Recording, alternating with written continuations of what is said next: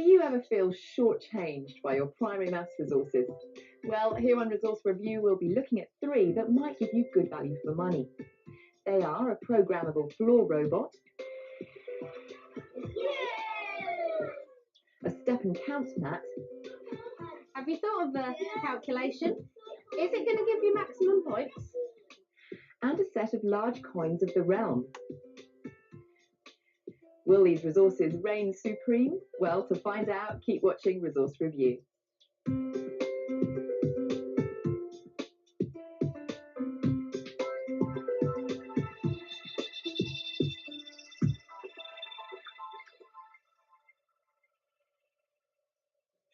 Recommending today's resources is Isaac Enum.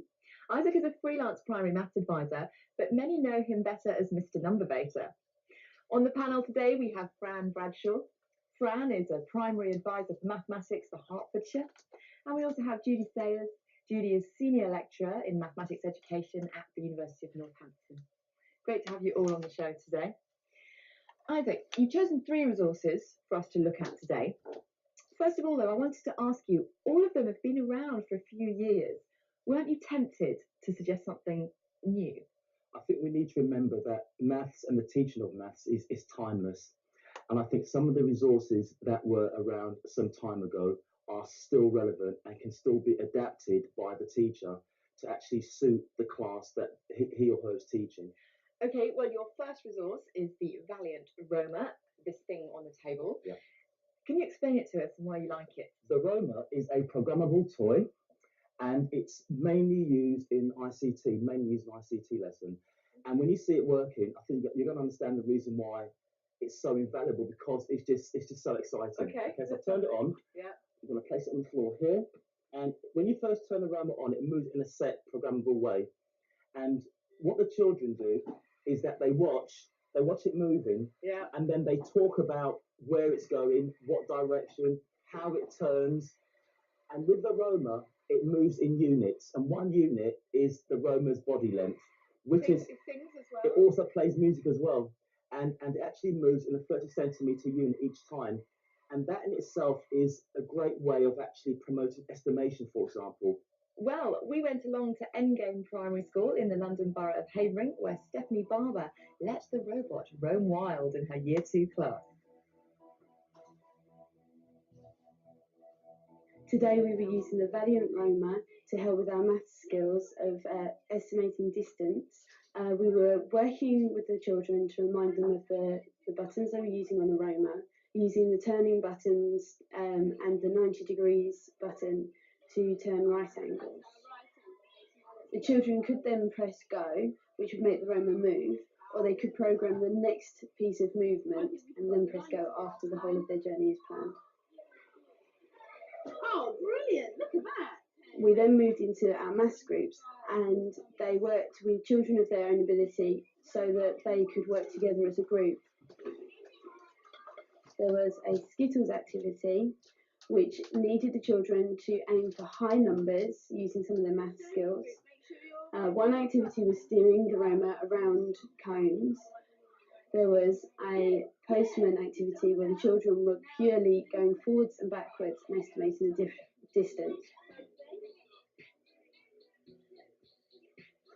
I think sometimes the children would work better with the Roamers if they could use a different method of turning the Roamer, not just with degrees and units, but also with words. The batteries can be a bit of a problem because they do run down quite quickly. Sometimes we find them difficult on carpeted areas as well. They work a lot better on the hall. I think it works very well for the children. They really enjoy using it. It makes maths a lot more practical for them. They enjoyed using it for ICT as well. And it is very simple, especially for the Year 2 children.